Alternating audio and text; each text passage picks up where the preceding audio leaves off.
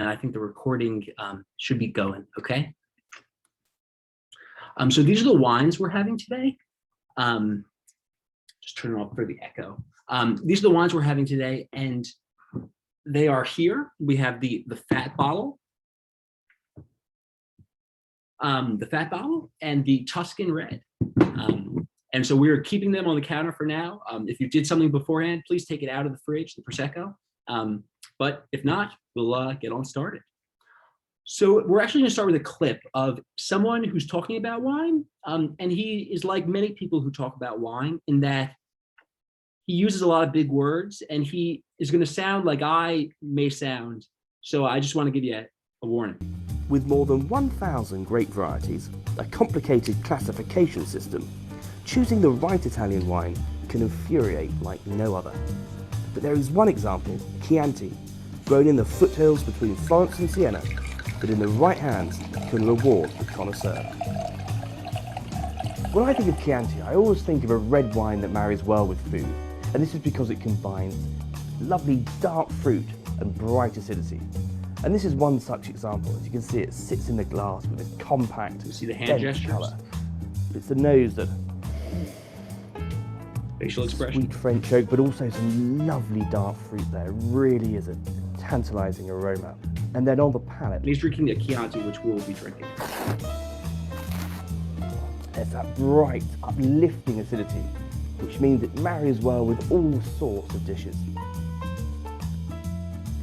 Giovanni Minetti's Chianti comes in at around 20 euros. So I kind of want to analyze what makes him somewhat unlikable. He's wearing a suit. A lot of people in wine are very formal for sometimes no reason.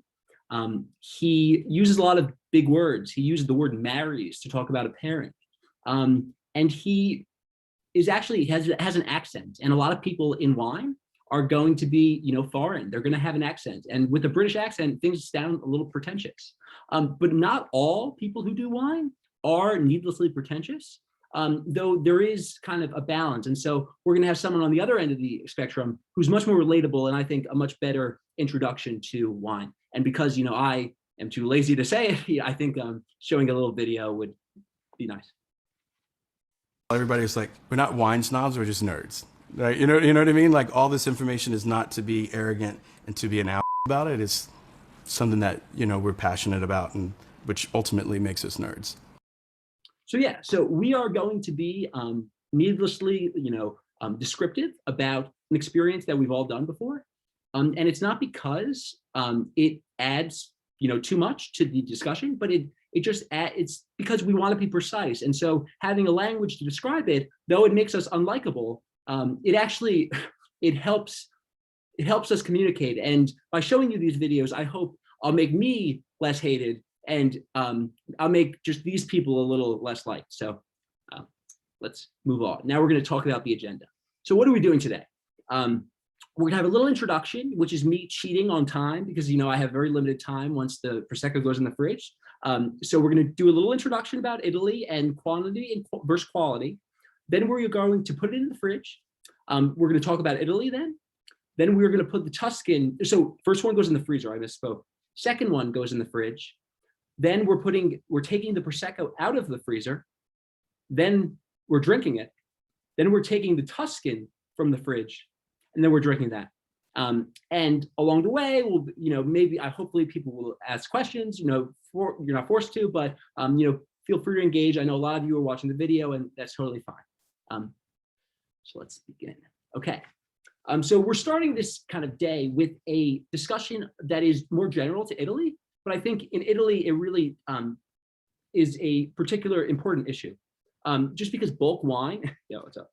Bulk wine in Italy is very, common. So Pinot Grigio, Moscato, people in America love it.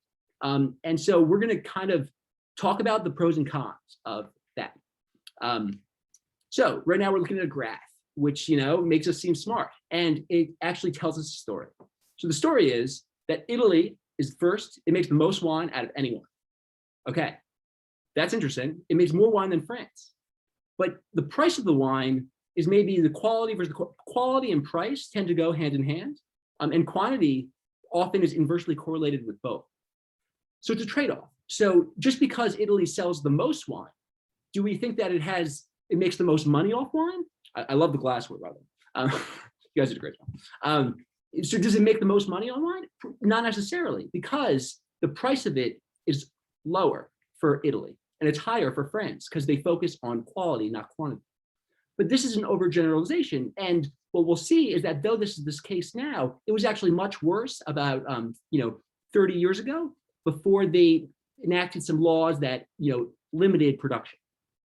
So as we can see here, Italy is lowest on the list. It actually has the fewest acres of vineyard on the list, and yet it still makes the most wine. So the question is, how could a country with so little, grapes being grown produce so much wine? There's somehow these vines are very productive. And so what makes Italy such a great place to be a grape? This is the country. The Greeks called it the land of vines because vines do really well here. They brought grapes to Italy 5,000 years ago, the Phoenicians and the Greeks, and it thrives in the Italian slope. And so we're going to be returning to this map a couple times, but it's just interesting to know that Italy actually has the longest tradition of grape growing. So the wines in north of Italy are a little more reputable than the wines in the south. So our two wines are going to be from central Tuscany and the north. And we're also going to discuss another region from the north. And Italians, as the slide says, they really love wine. And they grow a lot of red grapes, so they make a lot of red wine. Now, as you can see, this is what a slope would look like. And now we're going to kind of change gears and talk about the specifics of regions. Now is the time we're all waiting for. We put the Prosecco in the freezer. So pick up your Prosecco.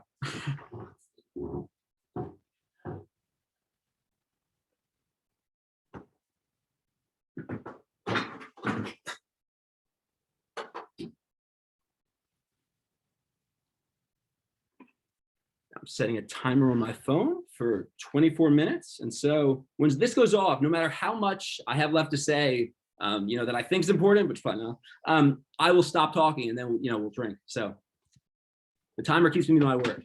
Okay. Prosecco is presumably in the freezer and we continue.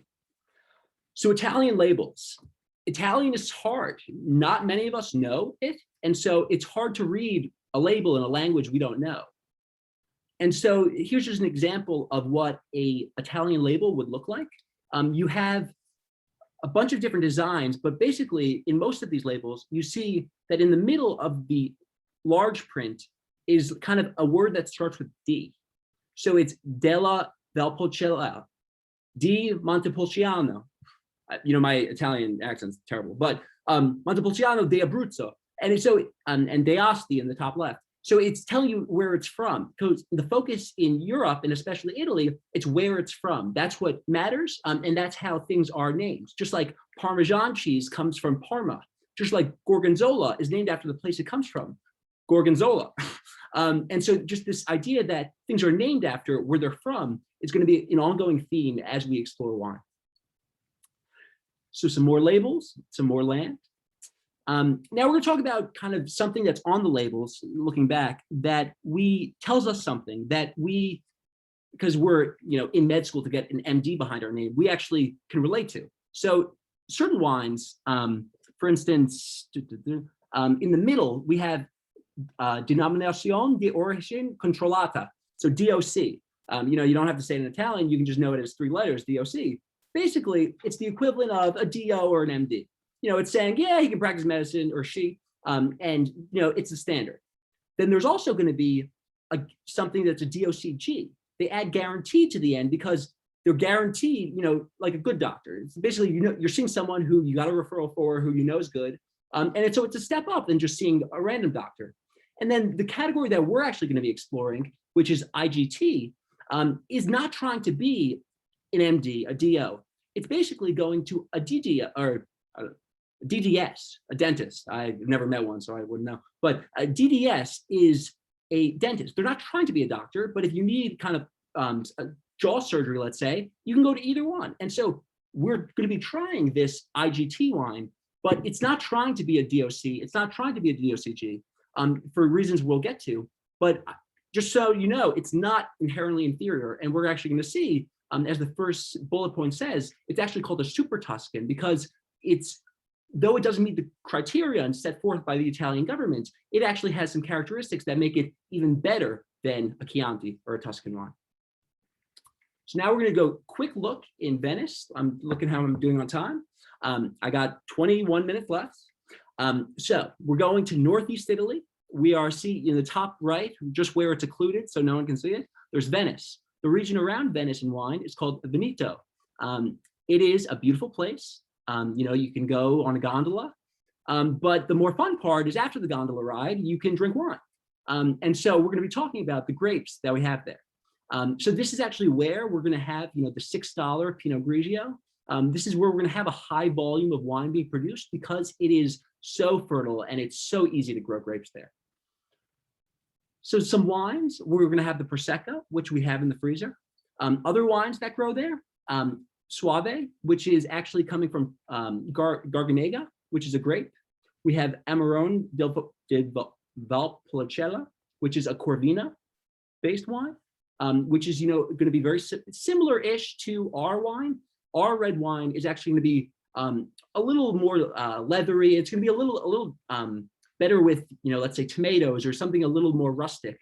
Whereas this wine is a little lighter, but it is also a reputable red wine from Italy, which is going to share some taste in the cherry red fruit realm. But we'll get to that later. And then we also have some white wines as well. So to start, now we're going to have this guy. What is Prosecco? Well, it's a place in northeastern Italy, spanning around 30,000 hectares, that's famous for the production of sparkling wine made from a grape variety called Glera. What is the difference between Prosecco DOC and Prosecco DOCG? Prosecco DOC stands for Designation of Controlled Origin, or in the original Italian, Denominazione di Origine Controllata, and accounts for around 85% of production. Prosecco DOCG accounts for the other 15% of production, with the G standing for Garantita, which means that the Prosecco is superior than a DOC because it hails from a designation of controlled origin and it's been guaranteed. Why does Prosecco sparkle? The fizziness in Prosecco comes from the fact that the wine is made in a sealed stainless steel container that traps the carbon dioxide gas released during fermentation. Prosecco can be fully sparkling, called spumante, or semi-sparkling, which is termed frizzante. How should Prosecco taste? Prosecco should be refreshing, with medium-sized soft bubbles and a slight sweetness. In terms of flavours, you should expect ripe, fresh orchard fruits such as apples, pears and peaches. It is best drunk in its youth, preferably as soon as it is released onto the market. Why does my dry Prosecco taste sweet? In sparkling wine terminology, the word dry is used to signify a fizz with 17 to 32 grams per litre of residual sugar, which, while low compared to a soft drink such as cola, is quite a lot of sweetness for a wine. It's also a higher level than Brut, which is, along with Extra Brut or Brut Nature, the driest style of sparkling wine. However, most Prosecco is made in the extra dry style, which means that it's drier than dry, but sweeter than Brut. So to rehash, Brut is the driest, or Extra Brut is really the driest, but Brut is dry in another language, and because other languages are superior to English, we consider dry to be sweet, and we consider Brut to be dry, just because the French version of dry, the Italian version of dry, has to be drier than the American version. So that's going to be the characterization that we use, and we are now going to say goodbye to Venice until we return to the tasting portion in about 17 minutes. We're moving to a second region called Piedmont, which comes from the foot, so Pied, Mont, mountain, so it comes from the foot of the Alps. And so now we're in northwest Italy, as you see in the top left. And here we have one main varietal for, in terms of, very famous wine, and then one varietal that the locals drink that, if you're there and, you have €5 to spend for a bottle, you get a bottle of Barbera, which is the last one on the list. But if you're going for, an $100 bottle to have with a steak, you're going to go with a Nebbiolo, and that's the first two. They call Barolo, the first one, the wine of kings, and they call Barbaresco the wine of queens. Now, the reason they do that, in wine, we're often, it's a legacy of sexism in the sense that we consider a wine to be feminine if it's softer or more delicate, and if it's rough edged, if it's kind of hard to be around, we consider it masculine. So in many ways, it's still true today, but it is going to be kind of a terminology that I may resort to out of habit or ease, and so just be a little familiar with masculine being a little hard to be around. Okay. So this is a summer. So we have Barbera is going to produce Barbera, whereas Nebbiolo is going to produce, it's the same grape. In one place, it becomes a very masculine wine. In the other place, it's a little more easy to be around and a little more delicate, and we call it Barbaresco. So it's the place that it's coming from that gives us the name. Now, I'm flying through. So now we're going to get to Tuscany, which is kind of the highlight of our journey, because it is the red we're drinking after the Prosecco. And it's kind of the quintessential Italian wine. Quintessential region, and the red wine from there is the quintessential wine. Tuscany, the home of the ancient Etruscans and the winemaking region of Chianti. We have records that date as far back as the 7th century BC. These wines were being exported from this area of Italy to all southern France. So this region of Italy has a long, long lineage of winemaking. Chianti is the most widely recognized wine after Bordeaux and Champagne, and that's according to a study done by Wine Intelligence in 2007. Okay, so Tuscany, it's important. the home of the Good. ancient Etruscans. Now you're going to have to listen to me. So it's a city-state, in the Renaissance, and the wine coming from there is going to be Chianti, but the grape Sangiovese is also going to make other wines. In anatomy, we were used to kind of the same thing being called multiple names. The Sfino Palatine was the same thing as the Terrigo Palatine and stuff like that. Well, in wine, we do the same thing. We give things multiple names in different places, even though it's the same thing, because we like complicating things. So, Vino Nobile di Montepulciano is actually the same thing. Brunello, same thing. So just kind of this idea that we have the same thing being called different things is going to be an ongoing thing. So now let's look at Florence, and we're going to have someone with an Italian accent tell you about it. After I press play. Is the wine made in the ancient land of Chianti. In 1716, the Grand Duke Cosimo III of the Medici family, in order to protect the value of this land and the wine made therein, decided to establish by decree the borders of the area of production, making this de facto the first appellation in the world. The Gallo Nero, also known as Black Rooster, has always been the symbol of this territory, situated between the two cities of Florence and Siena. And in 1924 was chosen by the producers to become the emblem of the most prestigious and important product of this land, which is the Chianti Classico wine. My legacy as a producer is to strive to pass on to my children and future generation the beauty, the uniqueness, and the history of this land. So he wouldn't lie, even though he makes a little money from making the place sound reputable. So now let's go to someone who has less of a financial interest. In 1716, that's him again. So let's go to me. I don't get anything from us being respectful of this country and their wine. So there's a history here of cultural, and there's a history of food and wine. There's a saying in Italy that friends and wines improve with age. And we're going to see that for traditional Italian wines, that's true. We're drinking a 2017 red wine, which is actually made in a different style.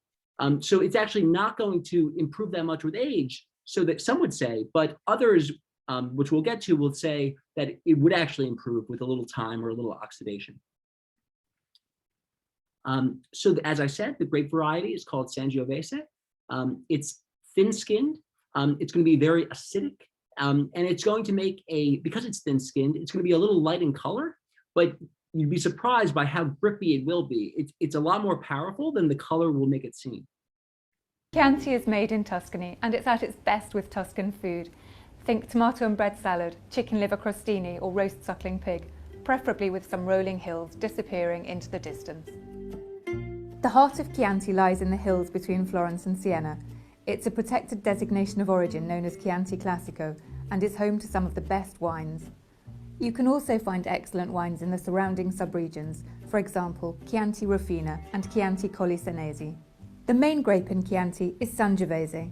In fact, Chianti Classico wine must contain at least 80% Sangiovese by law, but you won't find any reference to it on the label on the front of the bottle. These wines are named for their region. Like Bordeaux or Burgundy, some Chianti is robust enough to be aged for a decade or more, developing complex flavours. But there's also plenty of bright, lively Chianti that is designed to be drunk young, like this Bibbiano Chianti Classico. Chianti is a tease of a medium-bodied wine. It tastes of cherries, black tea and church incense. Like many Italian red wines, it has needling tannins and vivid acidity that cuts through your mouth, making it incredibly refreshing to drink with food. While some wines flop when you drink them with steak or acidic tomatoes, Chianti will only improve. This is definitely a wine to accompany dinner. It's got real bite. It smells a little bit of dust and juicy cherries, and also tiny hints of mushrooms. And if you put it with a fat, juicy steak, that will really take down some of the acidity. So again, I'll say, I showed these videos to show you that it's not just me who kind of geeks out over wine. You know, if it were just me, you could kind of put it off, but like, there are other real people in this world who like actually give a shit. And so like, it's not just me, you know, there is some reason to care, and we'll continue. So pairing in Italy, you know, things pair well. The wine grown in Tuscany pairs well with the food grown in Tuscany. Makes sense. You know, the culture evolved over thousands of years, and the people chose what to grow based on the wine, and they chose the wine based on what they had to eat. And so when pairing, you should keep this in mind. Italian food goes well with Italian wine, and it's going to be an ongoing theme. That said, you know, there are certain rules in pairing that are still going to apply. You know, we're still going to try to complement things, and we're still going to try to create different types of pairings. And there are certain flavors that go better together, and that will still apply. And one of the reasons why local things pair so well is that they follow these rules. And so in Chianti, we talked earlier about the DOCG being the top of the pyramid. Then we had DOC, then IGT, and then just a table one. In Chianti, there's a special characterization for the red wine, where Chianti Classico, Gran Reserva is the top. It's been aged for 5 years, whereas Chianti Reserva has been aged about 3 years, and Chianti Classico is I think it's 12 months in cask and I guess 3 months of bottle age. For the it doesn't say, but I'm pretty sure. Now, the terroir, it means basically the place, the sense of character it gets from the area. It's coming from a hillside, as we said. And so it's going to be sunny. One of the things that grapes do, like humans, is if it's sunny, they get tan. And the way they get tan and evolve sunscreen is their skins get thicker to block UV light. And so we taste that in the glass as tannin. And so because it's so sunny, there's going to be a high amount of tannin, and it's going to be interesting. And then again, the last bullet point, wine geeks, really, get off on, talking about soil. And so anytime you mention soil, I'll light up. And so the soil here is thin, which makes the grapes have to work really hard, or the vines work hard to get nutrients. And, love talking about soil. Here's another kind of diagram of the area. A nice picture. And the rooster, I don't know if we have time for the story of the rooster, but basically, the city-state of, I believe it was Florence, and Siena, the neighboring state, had a competition, they wanted to draw a border. And the legend is that they each took a rooster, and as soon as it crowed in the morning, then let it walk till the other city. And when they met, that would be where the border was drawn between the two cities. Now, the Florentines, who were, I guess, cleverer than the Sienese, they took their rooster, they didn't let it go outside for a month. They, kept it in the dark. And because of that, it was so eager to crow and get out that day that it crowed at like midnight. And then, the Florentine border was super close to Siena because the chicken walked that far. It's probably a myth, but because of it, you're going to see a black chicken on any Tuscan Chianti. Though we're drinking an IGT, which doesn't have enough Sangiovese to be a Chianti, when you see this similar wine, which you're going to know, you're going to see a chicken. And that's the reason. Otherwise, there probably shouldn't be a chicken on your wine. So we have some requirements that were mentioned in the video. And so I kind of want to address why our wine isn't qualified, why it doesn't qualify. And so it's because there's not enough Sangiovese in it. Sangiovese, it requires to be 80% to be DOCG or DOC. And though our wine has aged long enough to be DOCG, and though it's met all the other requirements, it has too much of other grapes. So our wine is only 2/3 Sangiovese, so it's not 80%. And so it can't be classified as that. But our producer didn't want it to and didn't need that kind of credential because they were going for a different style, which we're going to get to. Traditional style producers age for a longer period of time in wood and in bottle. Additionally, the type of oak that's used is Slavonian oak, which imparts more of a subtle flavor to the wine. However, a group of traditionalists use older wood so that it imparts no flavor at all. Wine made this way with longer aging and more oxidation will have a paler color and take on more of an orange hue in the wine. Also, the aromas will bend more towards spice and hints of leather more than fruit. Finally, the palate is softer. By aging this way, the traditional producer is focusing on harmonizing all of those elements. Modern style producers reduce the time in wood and generally use new oak, including new French oak, to impart a vanilla toast and spice to the wine. These wines will be more youthful in appearance, meaning more red-purple tones more than orange, and the fruit will be more pronounced. Speaking of modern producers, let's talk about Super Tuscan wines. So we're going to take her lead and we're going to talk about Super Tuscans, which our wine is an example of. Now, our wine, because it's 2/3 Sangiovese, it's 1/3 Merlot. And in the 70s, what people in Tuscany were doing is they were taking French grapes, such as Merlot, and they were blending them. And so they wouldn't meet the categorization of Chianti, but they were better than the Chianti. They were worth, 3 times the price. And so it became a whole new trend that, has gradually gained acceptance and the IGT status from the Italian government. But before 1992, it wasn't even recognized as worthy of a table wine, even though it was, hundreds and hundreds of dollars. So now we're going to quickly talk about the rest of Italy. They're in the south. There are tons of grapes. It all pairs super well with, the local food. I was in Sicily in the summer before med school, and, the food there, fantastic. The wine doesn't try to be too much. The wine is good with the food. That's all it is. It's $10 a bottle, and you can have a delightful meal. And so, these wines, one of the highlights in the bottom left, Aglianico, is one of the more well-known, and that one, you could pay a little more for.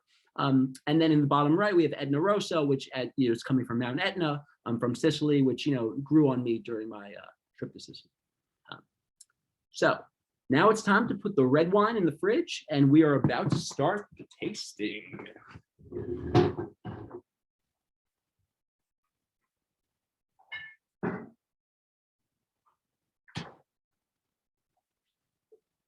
But to keep the Prosecco in the freezer, I should have said that. We have like 2 more minutes. I swear it'll be quick. Keep Prosecco in freezer, red wine in fridge.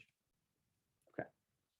So now we're just going to talk like 1 minute about sparkling wine globally. I'm going to fly through this. There are 3 kinds. No, there are more than 3, but there are, a few styles of sparkling wine.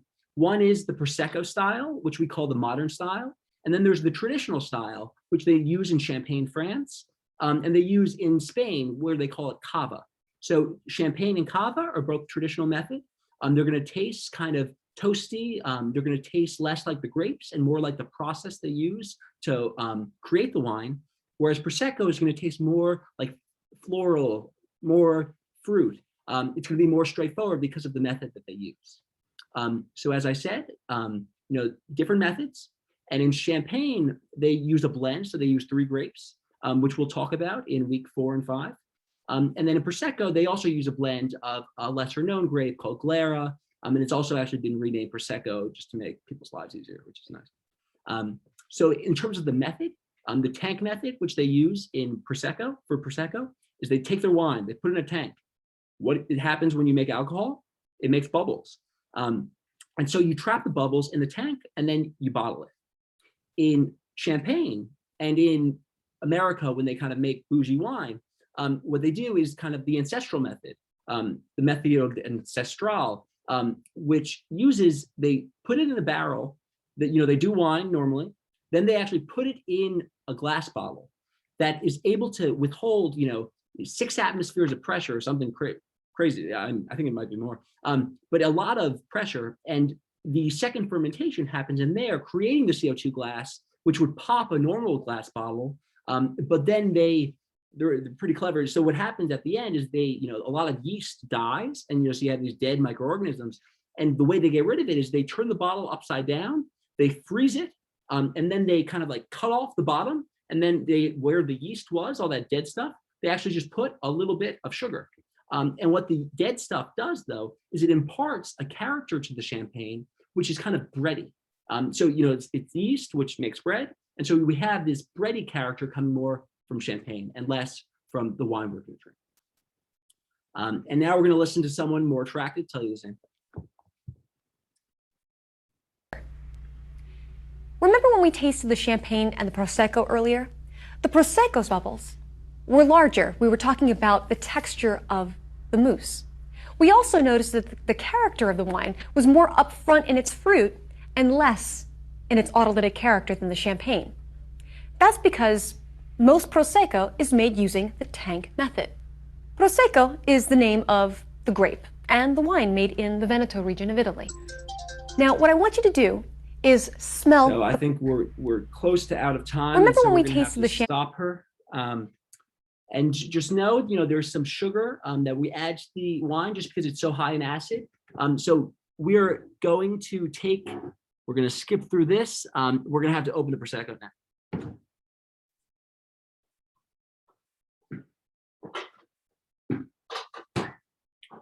Okay. And so as we take out the Prosecco, I'm just going to, I'm going to sneak in a couple words about glassware, just because we're drinking a sparkling wine out of a glass that's not normally used for sparkling wine. And I kind of want to tell you why that's legal, so to speak. So traditionally with sparkling wine, we drink out of a flute. So that is the third glass from the right. It's kind of thin. And what it does, because it's thinner on the top, it actually traps the bubbles. And so you keep the carbonation for longer, whereas this one is going to let it escape more. But what we get with kind of a standard is that we're able to compare different wines in different categories more in a more controlled setting, like an experiment. And so as you see, the way the odor comes off is actually the reason why we use different glasses for different bottles. And so, for a red wine, we use a bigger bowl because we want it to trap more air and then, get it into our, retronasal path and all that shenanigans. To help us taste the wine better. But because we are using a generic glass, it actually can do all of these decently well. Okay. I guess I should open it. And, I'm realizing I actually I'm at someone else's place and I don't know if he has a corkscrew. And so I'm going to find out for the red wine, oh, thank God. I'll find one, I think. I'm pretty resourceful. Okay. So now, all right, how to open a sparkling wine. This is actually very important. I was at a party, about a month ago, and someone was opening a sparkling wine, and I was like, I volunteered myself because they were a little lost. And I got it everywhere. I got it all over, the neighbor's shirt. He had to go downstairs and change. I opened it, and basically the way you open wine, so I'm not an expert, please. But the way you open it, so it's the foil is turned 6 times. For any sparkling wine, it's turned 6 times. So you do 6 rotations, though I don't know why I said that because it really doesn't matter. And now, though, you can use like a napkin, and mine's actually trying to come out already. But use a napkin, thank you. You put it on an angle, you point it away from everyone and away from everyone's eyes, and then you let it go. And it should be kind of a delicate thing, though it's a lot of pressure. And so it's very important. This is how I kind of fucked up at the party. You got to make sure it's chilled, because think about, you know, Henry's law, the whole gas law, Pivnert. You know, if it's a higher temperature, there's more pressure. And so if you use a sparkling wine at room temperature, it doesn't matter how skilled you are, it is going to explode. And so, you know, if you're trying to show off, make sure the bottle is chilled. Just a heads up. Okay, so now we're gonna pour. We pour, you know, you can pour it on an angle, but you don't really have to. And so on, you know, you can pour yourself a little amount. It doesn't have to be a ton.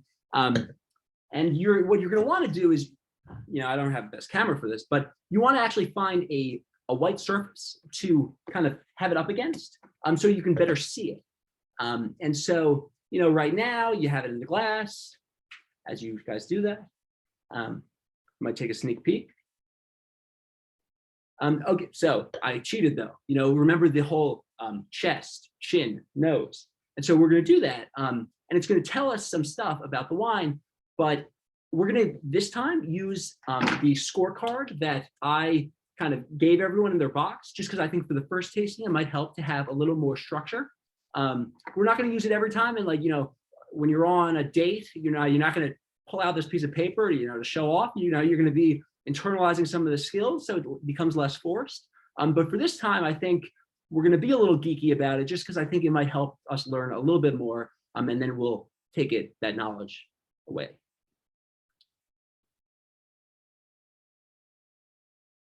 Okay, so the first thing on the list, as you see, is appearance. So we're going to look to see if there is any haze. So any kind of inconsistencies that kind of make it look a little weird. You know, this happens a lot with old wine or wine that wasn't stored properly. Luckily, because this Prosecco is nice and young, I don't see any issues. And so, you know, this would be, you know, on the sheath, we would circle clear because it is clear. Now, next, we're going to talk about intensity. So regardless of color, wine can be intensely colored or it can be kind of pale. And so what we're looking at now is against the white backdrop. We're looking to see about how much, and it's funny, I actually didn't pour enough. I could use a little more in the glass just to be able to see it a little better. You know, because it is a different glass shape than what, you know, you're used to with when using a champagne flute. And so it's a little hard to tell color. But, you know, this actually looks very, I mean, it looks pale. So, you know, you put it on an angle to, you know, see the rim, which is the outside, and then the center, and you kind of compare the two, and from both of them look pale. And so I would say that it's pale. In terms of color, I'm actually a little colorblind, not that bad, but I'm a little colorblind. And so I've kind of learned the rules of thumb. You know, red wine is ruby, like 99% of the time, especially if it's young. And white wine is a variation of lemon. And so this, though, is actually, I think, maybe an exception, where it almost looks lemon green, I must say.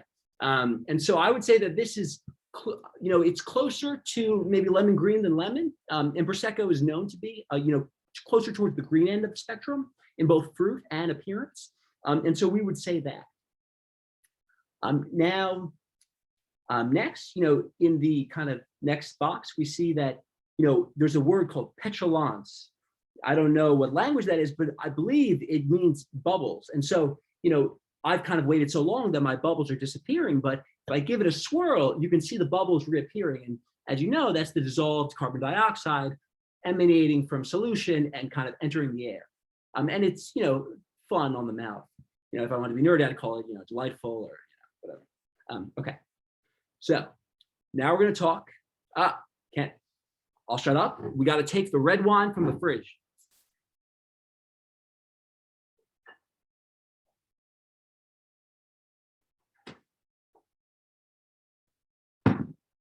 So the red wine is out of the fridge. it's sitting on the counter. We're not touching it yet because we're still in the middle of tasting the white wine. And so we're going to continue with the tasting, but now we're just letting this sit on the counter. Okay, we're going on to the nose. So now this is when all those skills we learned last week come in handy. You know, as I said, you know, you're not going to do this at a social gathering normally. You know, you're not going to be so pretentious about it, but like, I think just going through the process is a little helpful. So we're going to give it a sniff. I went right for the nose. You know, you really should, because I'm doing condition and it smells fine. But in the next category for intensity is when the chest, chin, nose test is really important. So down here, when I'm at my chest, even when I swirl it vigorously, and I've swirled it and it's gone on the floor many times. And pro tip is, you know, you cover the top just so you trap some aromas, you don't spill. And then, so chest, chin. I see at the chin, I do get something for sure. And so I would say, because I can smell it at the chin, I mean, it means medium, but I did give it a kind of a vigorous swirl. And so I would say, you know, I would go with medium for intensity of the nose, because I'm getting stuff, you know, at the chin, which is kind of average. And I wouldn't be confident enough to say it was medium plus just because I gave it such a vigorous swirl. Okay, now if you flip it to and so next box says aroma characteristics. And on the back of the sheet, we have a list of possible characteristics. So these were the words that we watched the guy say in the first video that made him so unlikable. You know, we heard him say, you know, I smell acacia. You know, most of us have never smelled acacia. So we think the guy is a little crazy. But if you do smell acacia, it's a flower. If you ever, you know, garden, you can grow acacia, I'm sure. I don't know if it grows in this climate, but you can smell it and it has a smell. And so if you train yourself, you become a florist, you know, you learn what acacia smells like, then you can actually come back to the wine, come back to Buffalo, join the tasting and tell us if it smells like it. And I think it might, so, you know, let's give it a shot. Okay, so again, we're doing chest, chin, nose.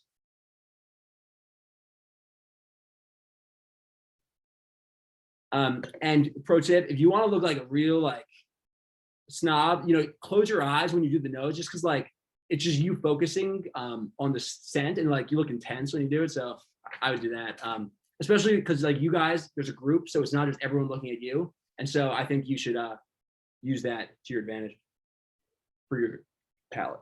Okay, so in terms of floral, I'm not getting acacia. I thought I would. But I'm getting honey, so almost like in terms of floral stuff, you know, it's not on the list of floral things, but I think we have honeysuckle is the second one actually. So I'm getting definitely like a pollen of sorts. You know, it's not. I mean, yes, I'm definitely getting that. I'm also getting like I'm cheating on the list a little bit. I'm looking and I see, you know, blossom. I'm getting definitely a blossom. I can't pin it down to chamomile or acacia. But I think, you know, it's definitely it's not violet or rose. I would just call it actually a hawthorn, maybe. Not on the list, but it's, I mean, if you smell some flowers, which again, it's kind of hard to do. You'd smell what some of these flowers smell like, and it does have a floral smell, but the predominant note going to the next row is actually the fruit. And so this is what you probably noticed at first, if anything. You probably first thought, oh, it smells like grapes, but as we said last time, that's a cop-out, because it really doesn't smell like grapes. This one, as I'm sure a lot of you have picked up on, though you might not have had the verbiage to say it, it smells like apples. So green fruit, I smell, you know, a green apple. I smell a Granny Smith apple, you know, at fall, at the farm. You know, I smell apple picking. Honestly, I really do smell apples and pears, and it's quite nice. And going to the next row, I do get citrus fruit, so I do get, you know, a little grapefruit notes. You know, some lemon, maybe no, I would call it more grapefruit.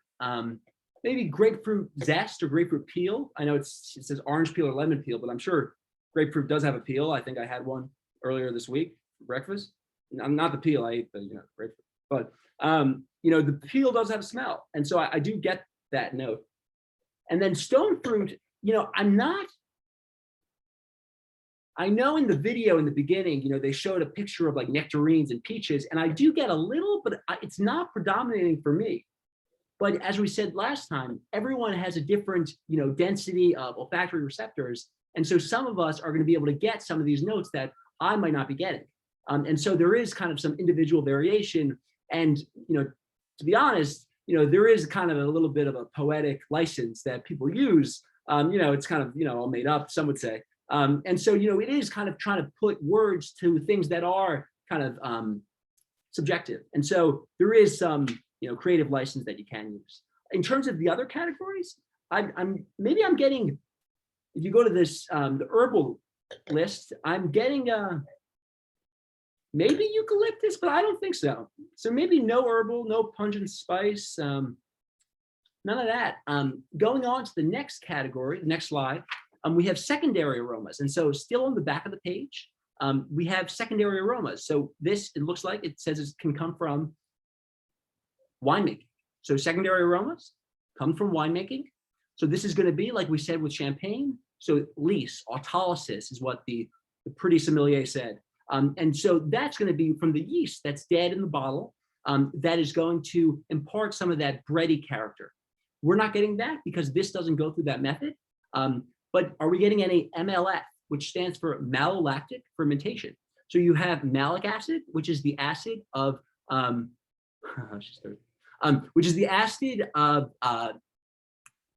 apples, right? Malic acid, apples, and it turns into lactic acid, so the acid of milk. And so you have this kind of fruit character being turned into a butter, a rich character. And so it's kind of a softening and a raising of pH, because lactic acid is actually a weaker acid than malic acid is. And so for this one, we're actually getting, I said first thing, Granny Smith apple, that's very high in malic acid. And so we're not getting any malic to lactic conversion. And so it's not MLF. And oak, this actually doesn't see any oak, as you can probably tell. There's no vanilla, there's no kind of spice to it, no chocolate, no smoke. And so none of these apply.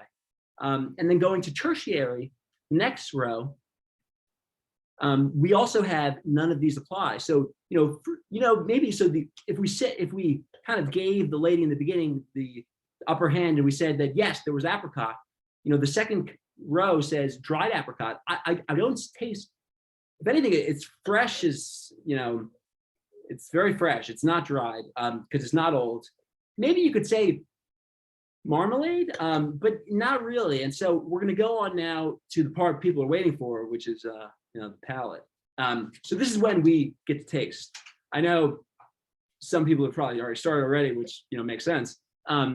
But it's really kind of a, how do I say it? It's probably a little too weird way to say it, but it really is kind of the cherry on top of the smelling experience, because as I said, the retronasal path is actually how we taste things, and it is an olfactory experience. So we're going to give it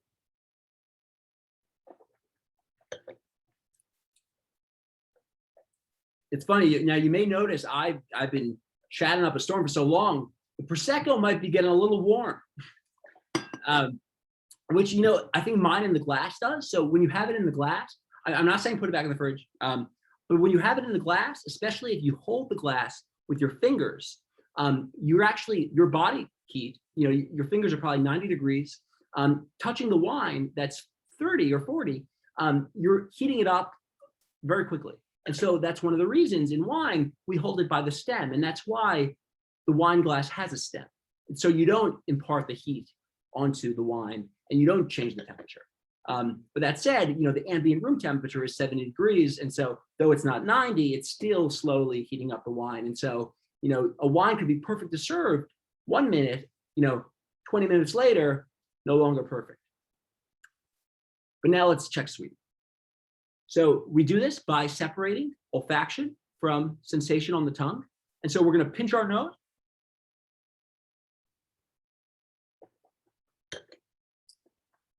It looks a little goofy, I know, but it's supposed to look goofy. Now, did anyone get like any sugar taste on that when they pinch their nose? I'm gonna guess no. So yeah, no, you didn't, because there's very little sugar in here. The sugar turns into alcohol, and that's why we like it. There's very little residual sugar left in the wine. And so it's fruitiness, but it's not sweetness. Okay, acidity. So this is going back to the malic. Emily says very aptly. Emily, you got a good palate. I'm impressed. Yeah, no, very aptly, you're right. And so the acidity is high, as we said. It's not unbearable, but I would say probably pH around 3.5, which is, about average for wine. You have the carbon dioxide turns into carbonic acid, which is a weak acid, and so that's going to lower it a little bit more. But it's not super low pH. Yeah, no, it's nice. Oh, and then yeah, I would say medium. I would say medium acidity, just because it is somewhat acidic. Tannin, there's no. Oh, this is the thing I was saying about where you feel it, malic versus tartaric. So there's lactic, malic, and tartaric. Some say that in the old world. So this is pretending you're pre-Columbus, 1492. In wine, for some reason, we call Europe the old world, like literally as if the new world hasn't been found yet. The new world is the rest of the earth. And so old world, Italy, France, Spain, new world, everywhere else. And so we say that on average, the old world is going to give you a jaw tingle for the acidity. So this is where you feel it. This is a little subjective again, and you're going to see differences between wines and between plots of land, so terroir, as we say in wine. But we're also, the average new worlds, we're going to get salivation under the tongue as opposed to the jaw. This is probably not true for everyone, and so I'm going to gloss over it a little bit. Tannin, there's no tannin in this wine. So because it's a white wine, it spends no time on the skins. And so they separate the skins from the pulp. The pulp of the grape is where the sugar is. On the table grape, that's why we like them. The skins are where the healthy stuff is. So that's, think about fiber, think about, the redness, the polyphenols, the tannins, the bitterness. And so that's where kind of the benefit is, but that's also where we taste astringency on the palate. And we don't have that here because it is a white wine and because it didn't actually go into new oak barrels, which are another way to impart tannins. So oak, when they made hide, they would tan hide. So tannins literally comes from that word, to tan. And so making hide, you require these chemicals that really, dry the hell out of it. And on our tongue, they do the same thing. They, take the saliva almost out of our tongue. And so we experience that, and we don't really experience that here with this white wine. Okay, alcohol. What do you think? So this is what we'd experience as heat. Alcohol, if you want to get technical, it lowers the heat sensing threshold of our tongue receptors. And so it makes those heat receptors go off. It's like capsaicin. So with, hot peppers, you cause the heat signal to go off. Alcohol is the same way. You take, a shot, it's going to taste hot. So wine, when it's high in alcohol, high relative to the other components, we're going to say that it's, medium high or high. This is 12.5, which, you shouldn't use because it's really about the relative alcohol percentage, how it tastes. But it is relatively low. And so you're going to say that this is medium light, medium minus in alcohol. Now body. So body, remember last time we said it's the difference between skim milk and whole milk. Gretchen, yeah, you down it. Good job. And then body is the same thing. So it's, how does it feel? Does it feel like something that would go with a stick? Not really. It feels light because it is light. And so I would definitely call this light body. Now, the next word is mousse, which is a fancy way of saying bubbles. So like petulance, when we were talking about appearance. So bubbles, this is how it feels on the tongue. Now, because I've let this go so flat, I'm actually going to pour it out and pour a little more, just because, you know, it's important. I mean, you guys have drunk it quicker than I have, but because I lost my bubbles, I can't really judge it. So now we have a fresh glass.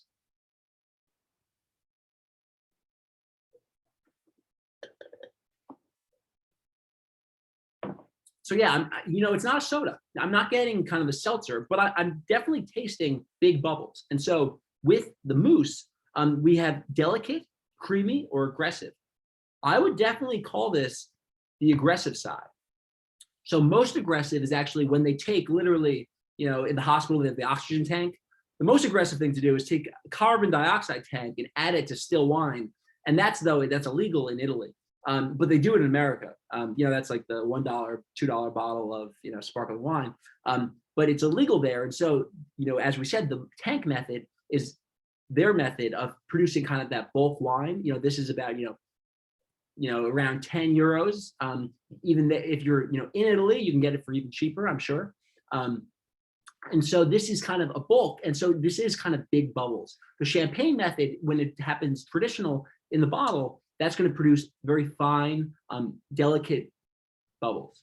And it's just a different experience. One is not inherently better than the other. So flavor intensity, I would call this medium. You know, it sounds like a cop-out, but it really is. You know, you're going to see over the course of the weeks that, you know, this is about average. Now, so flavor characteristics. You almost, yeah, I would say 95% of the time, the flavor characteristics on the palate are the same as the aroma characteristics that we got when we were smelling it. Sometimes there's a little difference. So, you know, in a red wine, maybe it smells fruity, but, you know, when you taste it, maybe it tastes a little like olives. You know, maybe it tastes a little savory. And so you're going to have some differences sometimes, but this case, I definitely stand by, you know, things we said initially. I would say maybe one difference. Maybe I'm making this up though.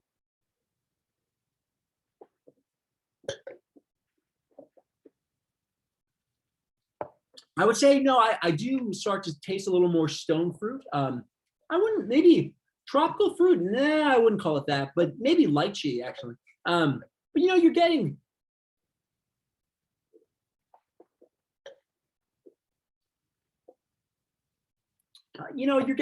stone fruit character. And that's the thing, you know, you don't have to specify, you know, it's a 1 day overpicked peach. Like, no, you have no idea. And so, you know, people in wine, they're needlessly specific, but in reality, you know, it smells like stone fruit, which just means it sounds like something with a pit in the middle, you know, so a plum, a peach, a nectarine, you know, it's really not that specific a science. Okay. And now, because I'm a little tired of talking about the Prosecco, we're going to see how we did. So let's see. What did the winery say, and what did the exporter say? You know, let's see. They said apple, got that right. Peach, you know, I kind of BS'd it at the end, saying, you know, I tasted the peach. You know, I don't know if I give myself credit for that. Honeysuckle, though, I did say, you know, we said honey, so that's good. Yeah, fresh apple, white peach. All right, light body. Okay, so pretty good. Now let's see the exporter. Peach and slight honey aromas again. Nice green apple. So Emily, you're spot on. Apple, well done. Okay, now let's go to just some pairing things. You know, some of you guys have potato chips around, or one of the other things on the syllabus for pairing. And so one of the reasons we have that is that the acidity in the Prosecco really cuts through the fat of the potato chip. And so when we went to that pairing diagram, we saw that certain shapes, certain characteristics pair well, either they complement or they contrast well with others. And so, you know, this is going to go particularly well with something that has fat. So think a soft cheese. And we are not going to pair. So, you know, I said, you know, it tasted maybe like a Granny Smith apple. That doesn't mean I can only eat it with or drink it with Granny Smith apples. You know, if I were eating Granny Smith apple, I probably wouldn't want a glass of Prosecco, just because the Prosecco in comparison to the apple will taste less appley.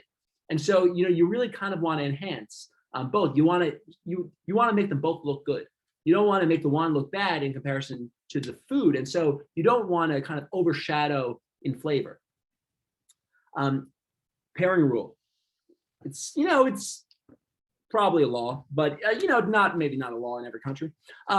When in doubt, break the bubbles out. You really can't go wrong with sparkling wine. You know, they say that people don't drink wine with breakfast only because nothing pairs well with eggs. Prosecco might prove you wrong. You know, I've had, you know, I mean, not a mimosa, you know, it's a little bit of a cop out, but just because you have the juice. But, you know, sparkling wine with eggs actually goes pretty well. And so most things don't, but, you know, sparkling wine can go with really anything. I mean, not anything, but it can stand up to a meat, you know, having chicken with a white wine or a cream sauce. You know, the Prosecco would really cut through the fat, the acidity, and it really would be great. One kind of red flag, though, about pairing. I don't know, Gretchen, maybe are you good? One red flag, though, with pairing is that, you know, you don't want to have, so Valentine's Day is coming up. You don't want to have it with chocolate, even though, you know, champagne and chocolate, Prosecco and chocolate sounds like a match in heaven. It's really not. And if your significant other breaks it out, you should probably end the relationship, because what the wine does is it's so acidic and the chocolate is so, you know, it's so bitter that together it's just unbearable. You know, in that diagram, we saw kind of an X or dotted line between acidity and bitterness. And so I get it, it's luxurious having dark chocolate and sparkling wine. Never pair them. It's just good for pictures on Instagram. You know, it's not a good pairing. Okay. A better pairing would be this with strawberries. You know, this is kind of a stab at Prosecco. This is saying that the grapes is not that flavorful. And so like cornflakes that turn into frosted flakes, we're kind of I guess corn is bland. We turn it into cornflakes because it has a crunch, and so it's bearable. Prosecco is bland, the grape. And so we add bubbles to make it bearable. And so this is kind of an argument used to say that, you know, Prosecco still wouldn't be that great, and we add the bubbles for a little interest. And though that may be true, I think it doesn't detract from the experience of pairing Prosecco. And it's definitely not true for Champagne. Champagne is Chardonnay is the grape in Champagne, as is Pinot Noir. And those are fascinating grapes on their own. So I don't think we can inherently say that Prosecco is boring just because it needs bubbles. But some say that. Red wine time. Moment we've been waiting for. More wine. Okay, so we have a capsule, which is the red thing on it. We peel the capsule with a knife, which, you know, if you have the corkscrew that we recommended, or any corkscrew really, you know, you can use this knife. And if you're like me, you'll make a mess.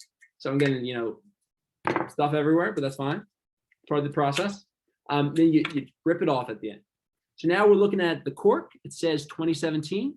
And just a reminder, this is the Toscana Avignonesi.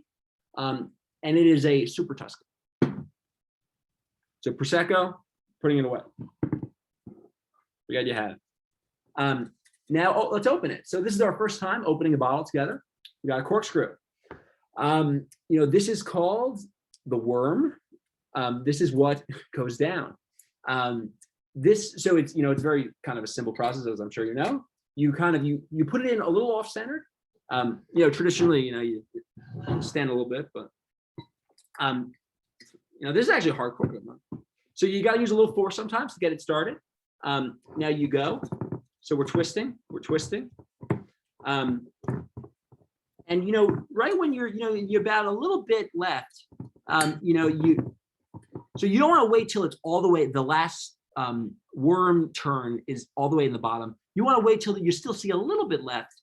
And then, because there's going to be room to put that one there. And then you do a partial lift. So as you see, we did a partial lift. And honestly, though, this one you might be able to get the whole way. With an older wine where it's a more delicate cork, because wine has seeped in over the years, you have to be a little more careful. But this one, because it's only a 2017, you can take it out. I mean, that was a little aggressive, but you know, you can take it out over time, you know, gradually. Maybe don't get anyone splashed. And you know, you also tend to, you know, you wipe it just so you don't get things stained after. But so now we're pouring out the white with left. Now next, the fun part, if you have wine to spare, you you actually, you do something called, you marry them. So the glass is dirty, it has the wrong wine in it. So what we do is we add a little of the red. So this kind of this is getting ready. Basically, we don't want to put water in because then it dilutes the wine. And so, we want to mix wine with wine. So this is kind of like a garbage cup. So we just mixed it. We kind of primed the glass for the next wine. So now it's, it's got a little bit, maybe a little residue of the white left, but not really. It's mainly just the red. And now we're going to pour the real glass. And, it looks like a little. Okay. So again, we got nice wine. Wait, are we really my supposed lighting's not great, but I think we're going to start the process. So hope your lighting is a little better than mine. Is it clear? I don't see any imperfections. Sometimes you might see a little piece of cork in it. That just means it's an older bottle. The cork's falling apart a little bit. This wine, I don't see that because it's quite young. And it looks perfectly good. Intensity and color. So as I said earlier, a cheat sheet for me and the other red-green colorblind people is that red wine, when it's this young, is always ruby. When it gets older, it turns into more of a crimson or a brick red. But when it's young, ruby is 99% of the time going to be true. And so on the sheet, we see that's for color. Intensity, and I'm going to stand up a little bit. I'm going to look, and I would call that, I'd call that deep, which is surprising. So, it's not a deep, it's kind of, it's surprisingly, a little preface, I kind of said that it's going to be probably lighter in color. What I forgot and now noticing is that we said it's 2/3 Sangiovese, it's 1/3 Merlot, which is actually a black skin grape. And so what it's going to add to this wine is it's really going to add color and depth. And so on intensity, I see a deep, it's deep ruby. It's not even close to being looking like a traditional Chianti, which is 80% plus of Sangiovese. This looks like a super Tuscan. This looks like a wine that's a synthesis of Italy and France. And wine.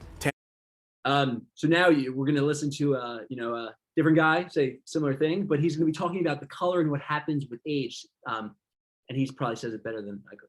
And wine, tannin being one of them. And these different compounds and molecules attach to each other and start to fall out of a wine, which produce sediment. So the pigment and the color of wine, as it starts to age over time, they start to combine with other compounds and start to fall out of the wine. So as a wine starts to age, the color fades. And we can see that over the range of the bottles that we'll open today. So now we're pouring the 2007.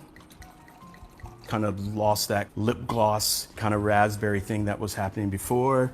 As you start to look at it, there is a little bit of water rim on the meniscus, showing that it is youthful, but not as much as the previous wine. We have the 1994, and automatically you can just see the difference.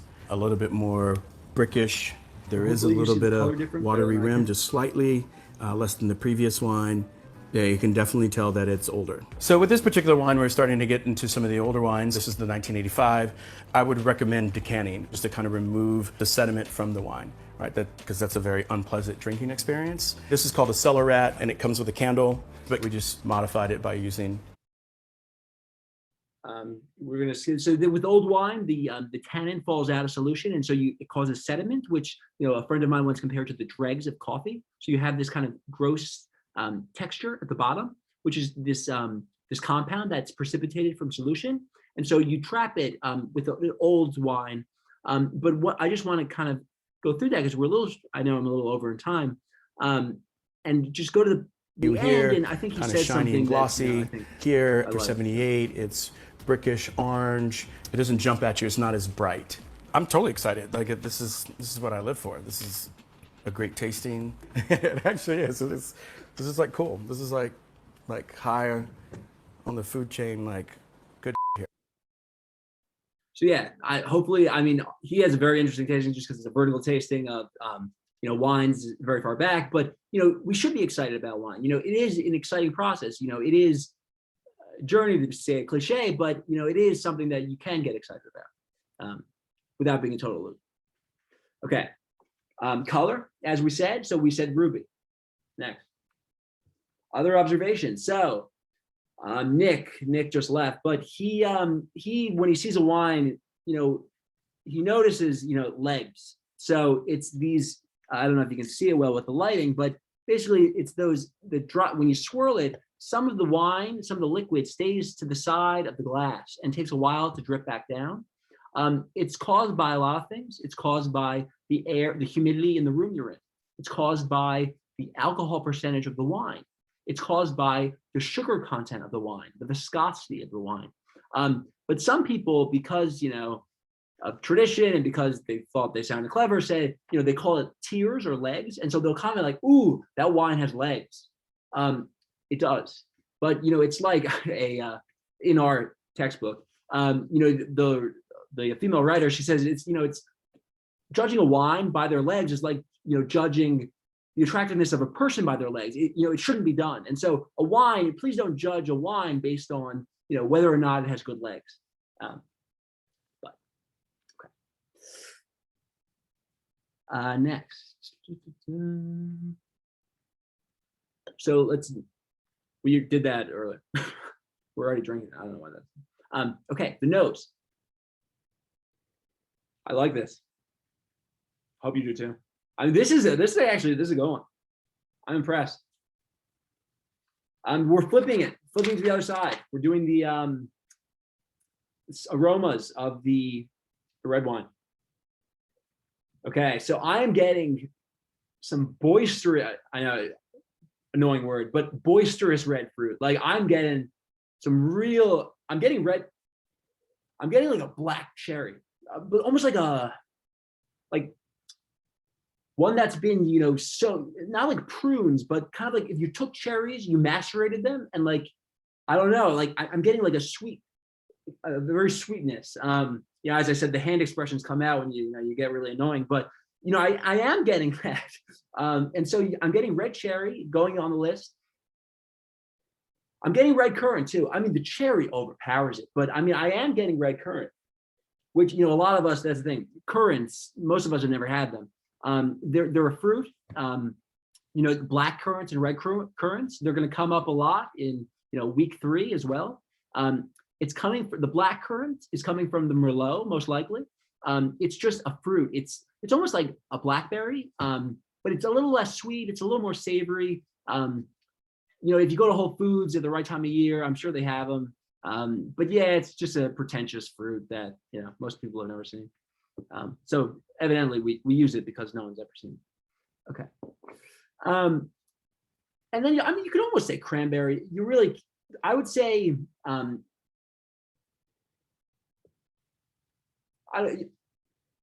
did I say black cherry at first? I think, I don't know. I'm also getting black cherry, like a black plum, but very heavy with the fruit on the nose.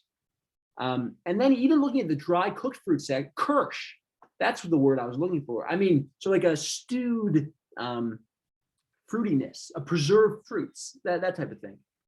In terms of herbal and pungent spice, we should get something. I'm not getting a ton.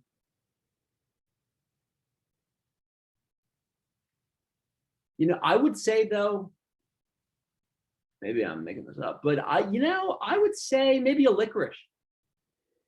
Kind of going with that, I would. Not a Twizzler, but almost a Twizzler. I'm getting a little bit. I mean, I don't think Twizzlers have that much licorice, but I'm getting a little bit of that. I shouldn't taste it. I'm sorry. I didn't taste it. I was thinking. Okay. I want to though. I feel like we're ready for that. So there's probably a couple of intensity, blah, blah, blah. I would say that this is medium high intensity. Aromas, mainly primary. Secondary aromas, so stuff from the process itself. I would say maybe chocolate note. So going to the oak, I would say maybe like a coffee chocolate.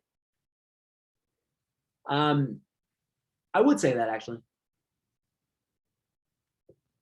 So I don't know if it's French oak or American oak, but it's definitely seen oak. So, the oak, as we said earlier, it can give white wine like a coconut flavor, a vanilla, a clove, and so some spice. And it can give, a chocolate note or a coffee note. And that's what I'm getting. You might be getting a different characteristic of it. In terms of tertiary aromas, you know, it's a red wine. So going to the very last row, we see that it could be, you know, forest floor or mushrooms. So let's see if we get any of that. I'm getting a little bit. I would say earth. Out of the, you know, I'm not getting mushroom, not getting forest floor. Like an earth or a leathery, I mean, not too much, but I think on the palate, I think is where we're going to really see it. But I'm getting a little bit of that. So going on to the taste, can we finally, you know, fucking taste it? Let's see. Palate, let's taste it. We're going to pinch our nose here to differentiate that fruity character from sugar. Here goes. You look really cool.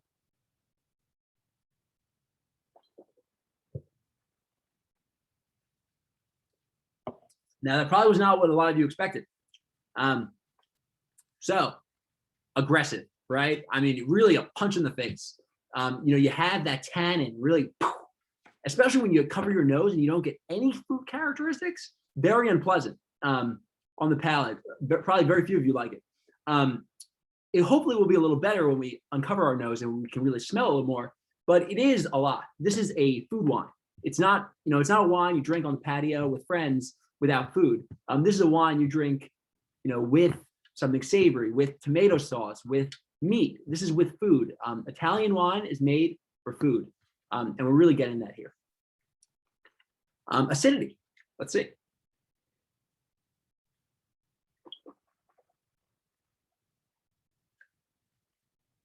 So we said that, you know, it could be in the jaw, it could be the underside of the tongue. And we got to be careful with red wine to confound acidity with tannins. So both are kind of unpleasant. Both we can feel, but the tannin really coats the tongue. It's kind of that texture that you feel surrounding your tongue, whereas the acidity is like the needles. You know, it's a little like it's a little sharpness. Yeah, use a synonym because it's easier. But I mean, it really is kind of more of a stabbing, whereas the tannin is more of a dryness and more of a texture. So in terms of acidity, I'm surprised actually, because normally Italian wine, high acidity. You know, you think it pairs well with the food. Tomato sauce, tomatoes, very acidic. Italian wine, the wine has to be more acidic than the food to pair well. And so Italian wine, especially the reds, very high acid, almost without exception. This wine, because it is a super Tuscan and some of France is blended in, Merlot, it is not an acidic grape. In Italy, which is warmer than France, so more southern latitude, it's going to be even less acidic because when a grape ripens, as sugar content goes up, acidity goes down. And so that ratio is very important. And so the Merlot, the 1/3 Merlot, really does hide the acidity in this, in my opinion.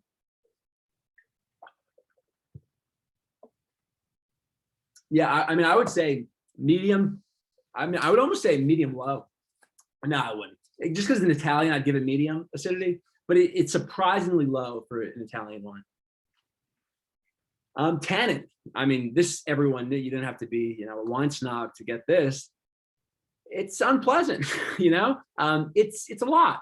This is not a wine that is a crowd pleaser. I'll tell you that right now. You know, this, you know, there are 20 of us here and more after, you know, people watch the recording. You know, there are probably going to be maybe half of us that find it bearable. The other half are going to find it too much. They don't like it. And so when you're having a gathering, a large group, you want to go with something more of a crowd pleaser. This is an essential wine. You got to know, I mean, as we said, it's the third most famous wine. There's Champagne, there's, you know, Bordeaux, and then there's Chianti. So you really got to know what a Chianti tastes like. And this does have a lot of the Chianti boxes. And so high tannin is one of those boxes that you should be able to know. I mean, you don't have to love it if someone else orders it at a Italian restaurant with you, but you know, you want to be able to sip it and not have an awful time. And so just kind of being aware that there are wines that are going to be a little unpleasant, and that it's not, you know, it's not that it's a bad wine. It's the style of the wine. So now alcohol, I would say medium alcohol. I'm now seeing that I've been talking and rambling for so long, my computer's on with low battery. And so I'm really going to have to, you know, shut the fuck up. So we're gonna go, body. It's I mean, it's medium to heavy Alert from low body, battery. medium to high body. It is a present, and so I would want this with a meat, something big. With mushrooms, I would want this with something that pulls its own weight. I wouldn't want this with fruit salad. The fruit. First of all, we'd be pairing the kind of the blackberry character in here with a blackberry fruit. No, you don't pair on characteristics. You pair on weight. This weighs a lot. If this were a man, this guy would weigh like 250 easy. It is a presence, and so we are not going to pair this with something light. The potato chip, you have it now, not going to taste that good with it. Maybe it'll be fine. It's not going to be like, oh, I want another one. It's going to be, if you have roast beef or one of the other recommendations, you have that, it'll be a little bit better. If you try one of the almonds, it's going to be unbearable. If you have this with salty tannin, it's going to be very unpleasant, and the bitterness is really going to stand out. Flavor intensity, as I said, I would say medium high.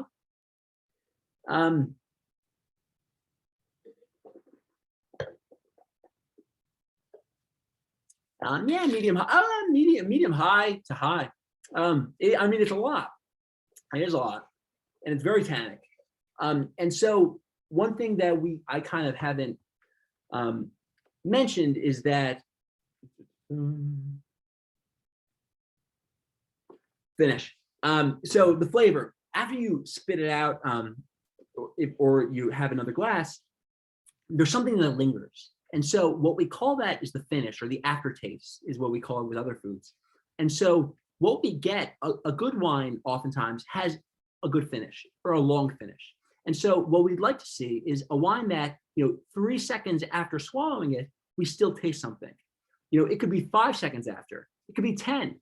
I've had wines, good ones that, it lasts like 30 seconds later, you can still taste the wine. And like, it's pretty awesome. You really gotta, break out the wallet to see it. But, I would say that this wine has a decent finish. I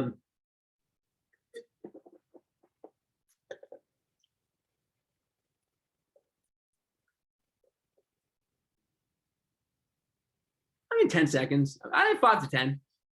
It's not gonna, you're not gonna boil water as you still taste it, but it's a decent finish. Okay, conclusions. Let's see how we did for the red wine. Let's see, the versatile young red with a ruby color. We got that. Ripe cherries. We said that. Blueberries. Yeah, I don't know. I don't know if I get it blueberries. I mean, you got black fruit. Sweet spices. Yes, we said that. Medium bodied. I would call it medium high. Fruity, smooth, long, lingering, dry finish. 10 seconds. Not that long. Reminiscent of undergrowth. So that's interesting. It's saying kind of forest floor. So going to so that would be the bottle age category of the list. The leather, the earth, the smoke.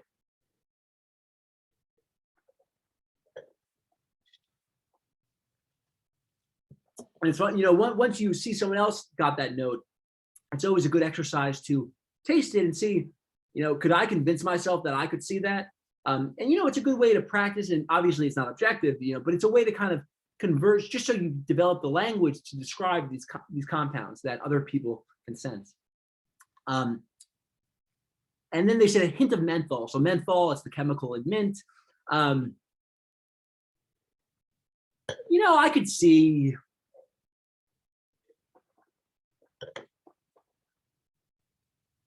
in the early nose. So there's early palate, mid palate, and end palate.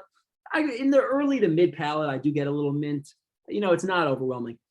But let's go to the next one. James Suckling, he gave it a 92, which is a rating. It's a rating out of 100 that we give to wines, critics give. It's like a 92 on a test. It's pretty good. I'd be happy with 92. And so it means it's a good wine. And it also, read what he says. He says, better after 2022. I don't know exactly what day it is, because all the days kind of blur together for me. But it is 2022. And so he's saying it's best after this year. So what does that mean? That means that this wine is too aggressive right now. We said that a 16-year-old guy might become a better athlete.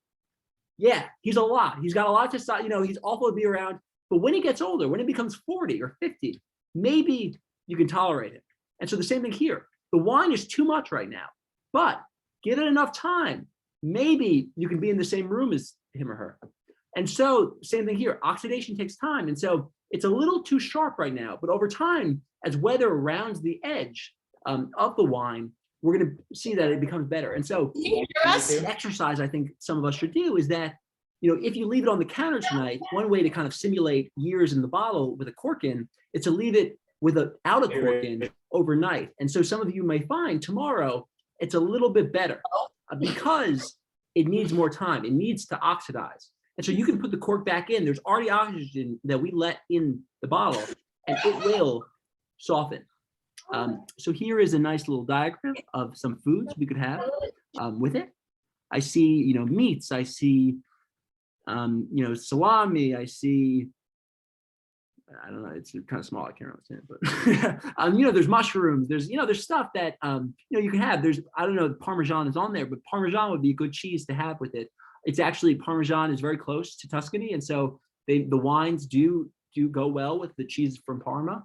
And so I do recommend that. Tina, bread without salt, and the most well-known wine of the region, Chianti Classico. Buon appetito! This guy's awesome. Toscana è il centro dell'Italia. Il Chianti è il centro della Toscana. Chianti has been the name of a wine-growing region between Florence and Siena since the 13th century. It has been an official zone of production since 1716. Today, the name Chianti Classico refers to the wines made very specifically in the original production zone comprising of 8 communes. Wines made outside of the zone cannot be called Chianti Classico. I think respect is the key word.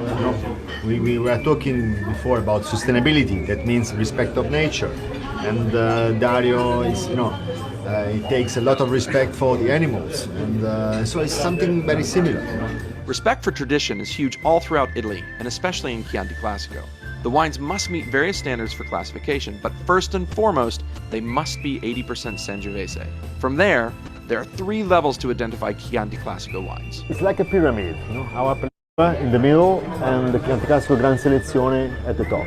What makes the difference is the time of aging, selection of the grapes, and from the bottom to arrive to the very top, that is Gran Selezione, that is like the flagship. Well, we have Gran Selezione in the glass right now. We have Bistecca Fiorentina. I want the crew to sit down, stop filming, and eat the steak. Salute to all of you. Salute, salute, salute. Forza Chianti Classico. Enjoy the Chianti Classico. Viva il Chianti Classico. Carne, fuoco, vino e passione. Questa è la bistecca alla fiorentina per me. I don't know many butchers that kiss the beef. I think that's kind of fun. All right. So as we said, pair Italian wine with Italian food. A question there's not time to answer, but the wine was made with organic grapes. Why is it not a natural wine? Why doesn't it say organic on the label? Well, of course, the answer is money. People don't pay a premium for organic wine. We like organic fruit. We like organic pasta.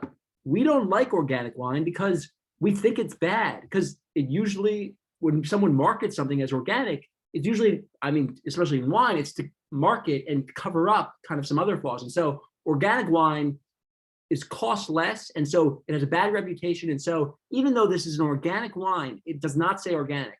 So I want you to remember that next time you go to a place in Elmwood that sells natural wine, is it really going to be good? It might not. Okay, some thoughts for next time though. This is important. So our wine today, the second one, was a third Merlot. Merlot is coming from France, the region of Bordeaux. It's on the right-hand side of the Garonne River, and it grows in the clay soils there. And it has done so for hundreds of years. What did it add to this Chianti? Or what didn't it add? So I said it lowered the acidity. So it added some roundness. But let's think about what, could this variety, this Merlot, do on its own? What could a relative of it, Cabernet, do on its own, or blended between the two? Maybe it would be even better than the sum of the parts. And we're also going to see next time a white varietal from the same area, which is also related to Cabernet Sauvignon. Sauvignon just means wild. We have Sauvignon Blanc, which we're going to see in a version that is not precisely from France, but we're going to follow this wine to its homeland. Both we've done Italy. Now we're going to go north. We're going to go to France, and we're going to see just what this region has to offer. And so, thank you for joining me. I hope everyone had a decent tasting, and I appreciate it. Any questions? Yeah. Thank you, Sam. Thank you, Sam. Bye.